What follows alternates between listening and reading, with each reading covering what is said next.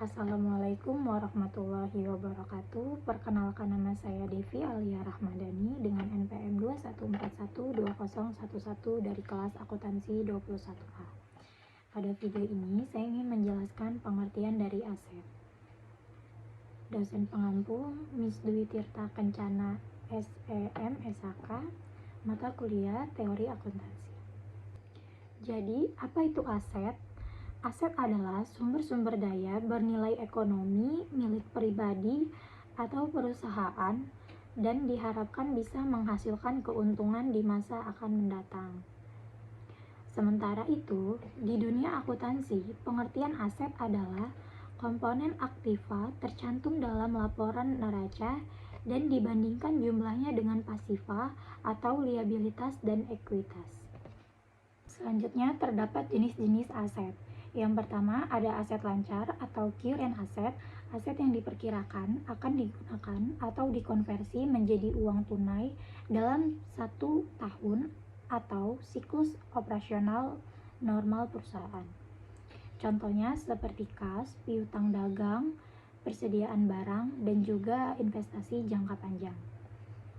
Yang kedua ada aset tetap atau fixed asset, aset fisik yang digunakan dalam operasi bisnis untuk jangka waktu yang lebih lama dan tidak dimaksudkan untuk dijual. Contohnya bangunan, mesin dan peralatan, kendaraan, dan juga tanah. Jenis-jenis aset berdasarkan fungsinya. Yang pertama ada aset operasional.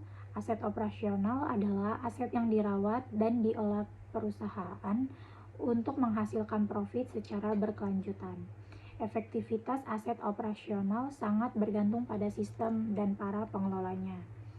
Di lingkup operasional, termasuk aset adalah uang kas, mesin, bangunan, prosedur kerja, paten, merek dagang, inovasi, kecerdasan tenaga kerja, dan juga hak cipta. Yang kedua ada aset non-operasional. Aset non-operasional adalah aset bukan dari kegiatan operasional internal perusahaan. Sebagai besar, aset non-operasional penting untuk prospek pendanaan jangka panjang.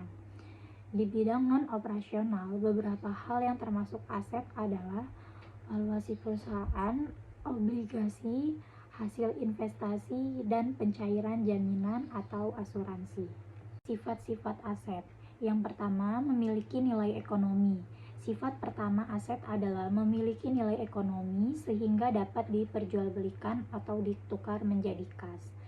Oleh karenanya, benda-benda yang dapat dikategorikan sebagai aset hanyalah benda-benda dengan daya guna dan masih diinginkan oleh pembeli. Yang kedua, dapat menghasilkan keuntungan di masa depan. Selain punya daya guna, aset juga memiliki nilai dapat menghasilkan keuntungan di masa depan. Keuntungan tersebut dapat diperoleh dengan cara yang berbeda-beda, mulai dari melalui penjualan sampai pemanfaatan untuk operasional bisnis. Yang ketiga, dikuasai oleh suatu pihak. Adalah dikuasai oleh suatu pihak baik dengan sertifikat kepemilikan atau belum bersertifikat. Hanya bisa disebut kekayaan sebagai aset jika pengelolaan dan pemanfaatannya telah dieksplorasi oleh pihak tertentu. Yang keempat, berasal dari transaksi di masa lalu. Sifat aset adalah diperoleh dari transaksi di masa lalu, tidak dapat menggolongkan kekayaan yang diperoleh di masa akan mendatang sebagai aset, karena pengelolaannya masih belum pasti. Pengukuran aset. Yang pertama, biaya historis atau historical cost adalah metode pengukuran aset yang mendasarkan nilai aset pada biaya perolehan saat aset tersebut dibeli atau diperoleh. Bahwa nilai aset dicatat pada harga pembelian atau biaya perolehan yang dikeluarkan saat aset tersebut diperoleh. Yang kedua, nilai wajar adalah metode pengukuran aset yang mendasarkan nilai aset pada harga yang akan diterima jika aset tersebut dijual di pasar yang terbuka dan kompetitif saat ini. Mencerminkan nilai aktual aset pada saat tertentu dan dapat berfluktuasi sesuai dengan perubahan pasar. Aset dalam laporan keuangan. Yang pertama, terdapat neraca atau balance sheet. Neraca adalah salah satu laporan keuangan utama yang mencantumkan semua aset, kewajiban, dan ekuitas pemegang saham perusahaan pada suatu titik waktu tertentu.